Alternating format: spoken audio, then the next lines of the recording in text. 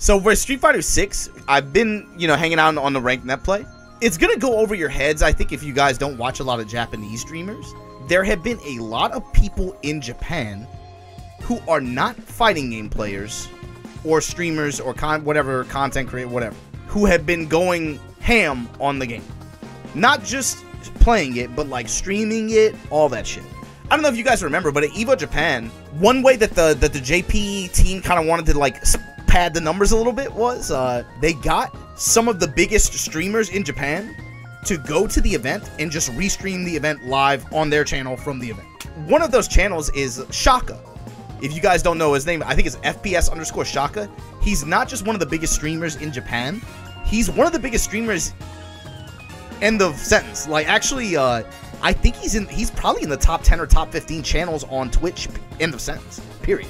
A lot of the numbers and a lot of the streaming hours, the JP community has been carrying the fuck out of this. Like, they've been going hard. And we're talking like massive streams, like 16-hour ranked session run.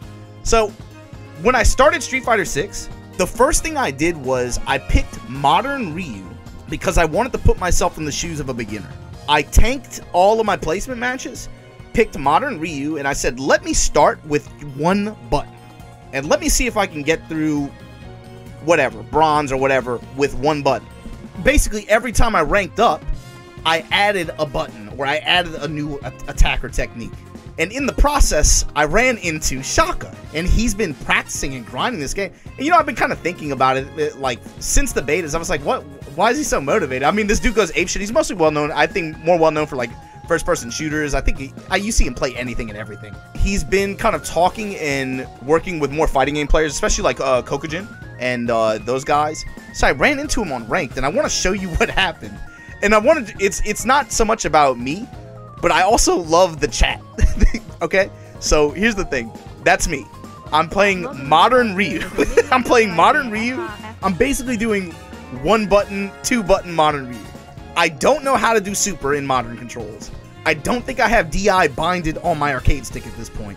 What's been really exciting about the way Street Fighter 6 has gone in Japan is, you know, for a long time I've been talking about how fighting games in Japan, a lot of them, basically if you're not Street Fighter or Smash Brothers, you do not really have a really strong push towards younger players or people who play games outside of fighting games. You don't have a strong push in some of those communities or in those directions. So a lot of these people that are watching Shaka, they are not fighting game players. That's the important thing.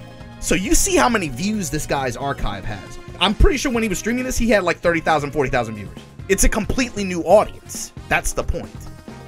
So this was but when we were both in silver ranks, and as you can see, I'm literally just doing fireball and uppercut.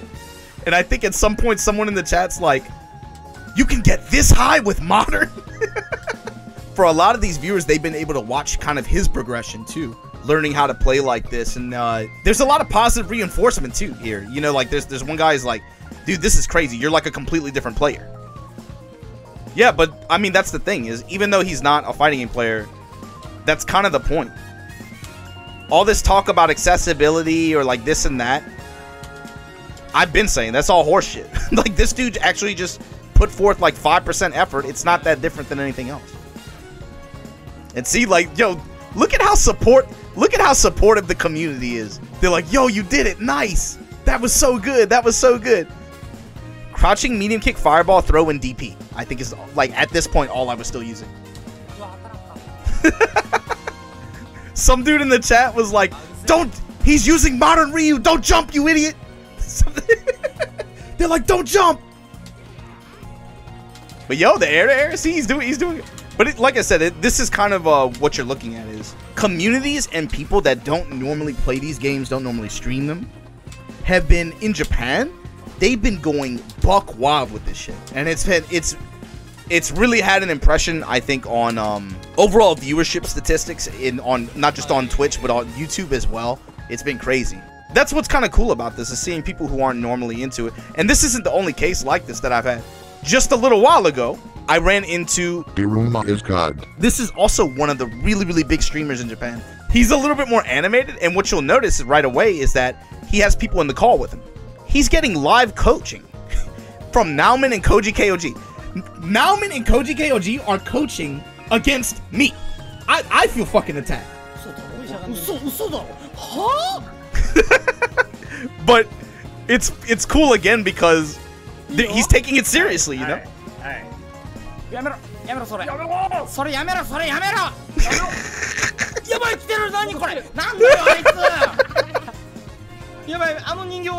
So now he's scared. So like shit like this, right? He's super scared of the doll because of what happened the last round. So he's freaking out. He's like, what? The doll's gonna come get me. The doll's gonna come get me. So Nauman and Koji are gonna, like, they're explaining to them, like, no, he didn't activate the doll. You're gonna be okay. But just having that kind of, like, live coaching like that, you know, like, it takes a certain kind of player to be able to apply it, really. But it's cool to just have this kind of, like, interaction like this, I think. It makes playing on net play, like, a little less soulless.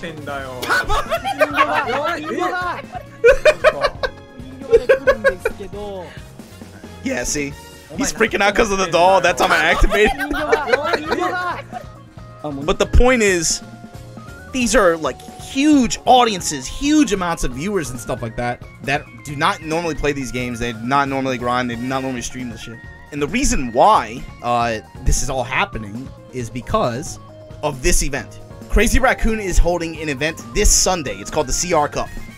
And basically, the format is, it's kind of like an adjusted Waseda style, where they have some of the best pro players. They have like players like Kazunoko, Daigo, Dogura, Fudo, but then they mix it with VTubers. They mix it with various other like FPS pros or other talent or big streamers, basically. It's a huge mix. A lot of these audiences are not fighting game audiences, and it's actually really cool, to be honest. I was watching No Pants going over like the Corone footage yesterday, and I pulled that up, and it's really interesting to watch. You know, we're used to watching in the West. We've seen these AT&T exhibitions. We've done a couple videos on those in the past, and those are really cool. It's also very obviously not super organic.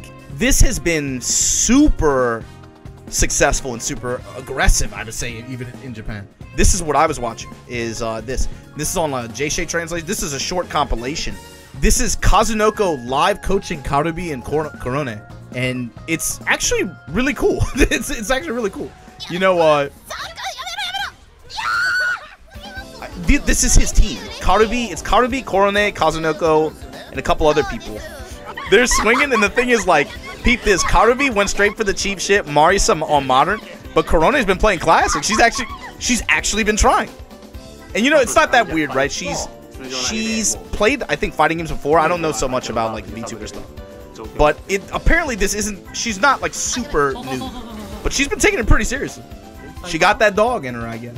But what's been cool to me is how people who aren't even necessarily in the event, they've been just getting in on it, just being supportive, hopping in and just like, yo, like just getting in on the coaching. They're invested in seeing progress and growth from these people too. So the thing is, these games at their core are actually social games. It's why, like, well, it's important to be able to, like, you know, hop in training mode and have fun just doing, you know, practicing whatever, you know, by yourself for a while, or just going through story mode or world tour mode, whatever. What really makes these games fun and addictive is playing with other people. And a lot of people don't. And what this really highlights to me is that when you have things like coaches, having a coach, having someone show you the ropes, if you know, we talk so much about like all the buzzwords, man, accessibility, blah blah blah blah blah. Having a coach, having someone who is a lot better than you, kind of guide you to make the grind from not even like pre-beginner to beginner to beginner to inter to like low level to intermediate. Having someone who is a lot better than you, who can kind of guide you like that, it kind of takes a little bit of pressure off, I think. But it also can be motivating. And the other thing too is like having rivals. Having somebody else that you can play with who is at your level. It doesn't just do something for being able to create bonds outside the game or in the game, but it also is good for building motivation. If you have someone that's around your level who, you know, is like someone who you can compete with, having that person that you can kind of look at and say like, okay, I'm gonna learn this stuff, I'm gonna get better at this thing just to be able to beat this one other person, you know? Especially if you can play and have fun with it. I was watching all this, and I played the, you know, I was on ranked. I'm seeing Shaka on here. Dharma is God. I'm running into this guy. Sasa, I'm running into all these players. And I'm like, dude, they don't even play. What are they doing, like, grinding ranked like this? This event, they've been looking forward to this and grinding for a while. Which then makes me think about what we have going on in the West, where the closest thing that we have to compare to this, you know, Yipes got T-Pain on for the launch party. That was cool. Coney got platinum with DJ. That's a good crossover. But the closest thing that we've had to anything kind of like this, with this cross-pollination of players that don't play these games getting into it, is probably the Hungry Box and Punk collab, and I don't think we need to replicate that. But dude, Japan is going so apeshit with this game. They're getting so many more, like, the audience is expanding so much. Next time you're on Twitch, especially this weekend, the CR Cup is on Sunday in Japan time, so it's gonna be Saturday evening for you guys. Look on Twitch and look at the JP language streams that are streaming on the Street Fighter 6. You're gonna see it's a big deal. Man, isn't it kind of like a dropped pass or a missed opportunity how this game right now is in the, it still has the new car smell, the new game hype. The most we've kind of done is like this weird Twitch Rivals event with like, it's all the same dudes, it's all the same people in this doing the same shit.